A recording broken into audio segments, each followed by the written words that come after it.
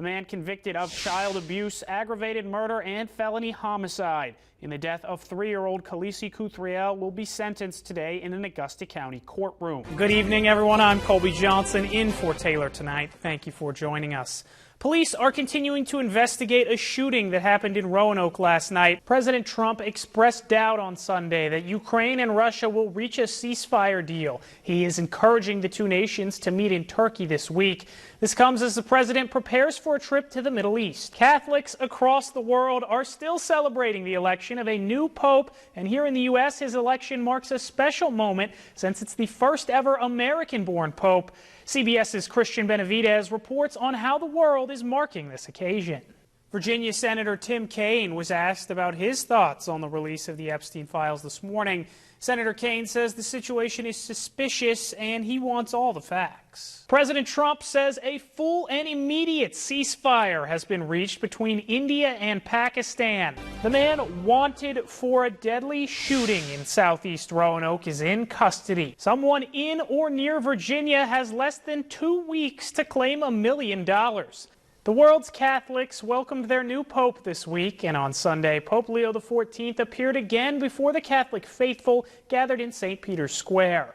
Reed Binion reports. And in international news, the Integrated Food Security Phase Classification Hunger Monitor said there is no longer famine in Gaza after an influx of humanitarian aid into the Strip. The news on your hometown station, WDBJ7, starts right now. Now at 11, the man accused of a deadly shooting in Roanoke earlier this week is now in custody. What we know about the incident. Plus, an artist in Covington is painting 50 murals in 50 small towns across America. We caught up with her to learn more about the project. And after what was a gorgeous Mother's Day weekend, we're going to see a very soggy start to the week. All of everything you need to know about this rain coming up in a bit.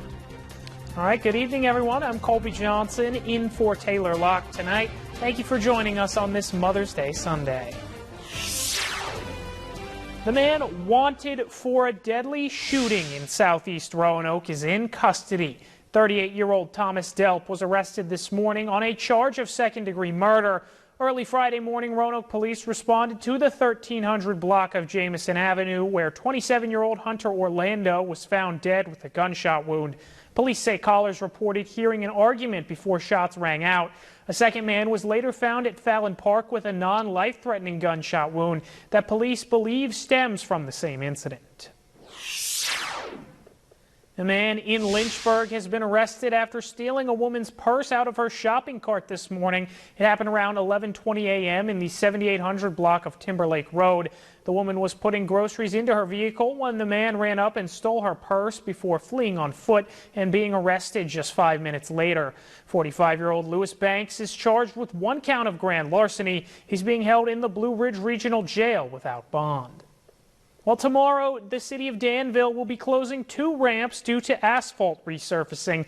The ramps that are being resurfaced are eastbound Memorial Drive onto northbound Central Boulevard and northbound Central Boulevard onto eastbound Memorial Drive.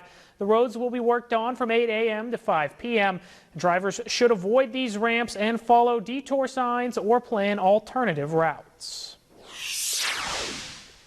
Turning now to your first alert hometown forecast. Tanner, it was great weather for Mother's Day today and really all weekend, but I understand that tomorrow is going to be a first alert weather day. Yeah, both tomorrow and Tuesday, we're going to see some of the most soaking rain that we've seen in quite a while enter the region. That's going to start early tomorrow morning and last for a couple of days. But this is what we're seeing as of right now. Most of the widespread precipitation is still down toward the Carolinas as well as the southeastern states, but that is going to slowly feed its way farther northward and northeastward here over the next 24 to 36 hours. Something we have issued some first alert weather days for. Widespread rain amounts for both Monday and Tuesday, looking at 1 to 3 inches, looking more and more likely, but where some heavier bands of rain set up tomorrow evening. Not ruling out that some cities could see 3, 4, maybe even 5 inches in some spots. So that will be something to keep in mind for your morning and evening commutes with those heavier bands of rain setting up. That's also why the National Weather Service has issued a flood watch for everybody highlighted in in green there. Those are areas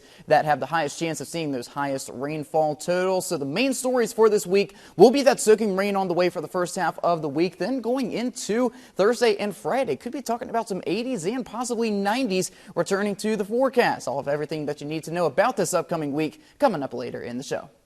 All right, thank you, Tanner. U.S. Census data revealed Virginians participated in massive numbers in last year's presidential election. UVA Center for Politics' Larry Sabato says education plays a key role in determining how much of an electorate will actually show up to the polls. According to U.S. Census data, 73% of Virginians voted in last November's election. As gubernatorial candidates gear up for this November's election, Sabato predicts that voter participation number will drop. And this week in Washington, President Donald Trump departs for the Middle East. And while the president is away, Congress working on Trump's big, beautiful bill. And the Supreme Court will overhear arguments about birthright citizenship. Washington correspondent Ryan Henson has your week ahead in Washington. President Donald Trump heads to the Arabian Peninsula on Tuesday to meet with leaders from Qatar, Saudi Arabia, and the United Arab Emirates to discuss ongoing wars and trade.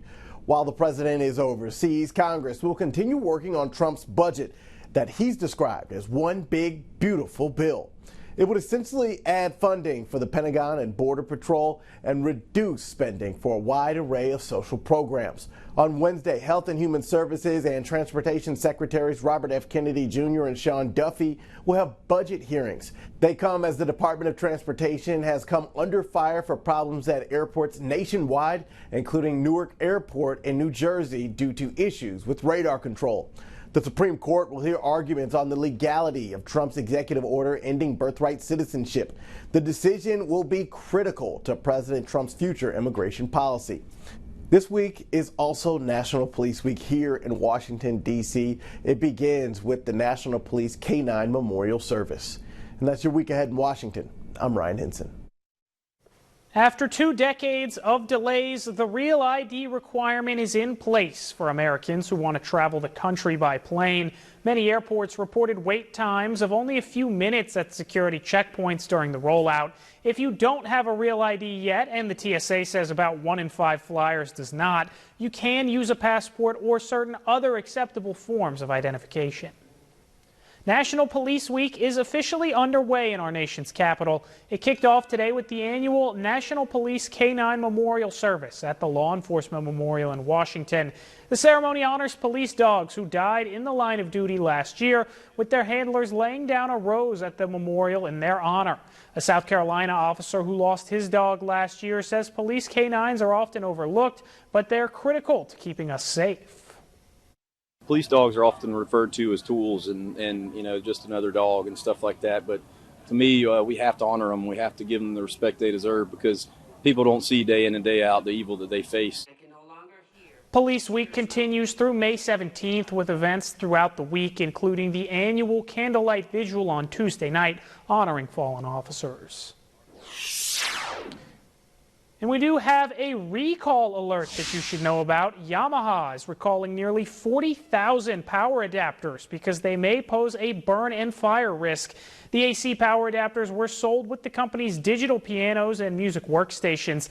The company says they can overheat and ignite, posing burn and fire hazards. The model number for the recalled power adapters is PA300C. They were sold at music stores nationwide and online from September 2010 to November 2014. They were also built into certain Yamaha brand digital pianos. The company has received 4 reports of adapters burning or smoking, but so far no injuries have been reported. Well, a local artist is bringing together small communities across the country, one stroke of her paintbrush at a time. WDBJ7's Lindsay Cook has the story. A passion for working in economic development and pursuing art full-time. I blended my 2 interests together and kind of came up with the project. Cheyenne Renee is on a mission to paint 50 murals in small towns in all 50 states.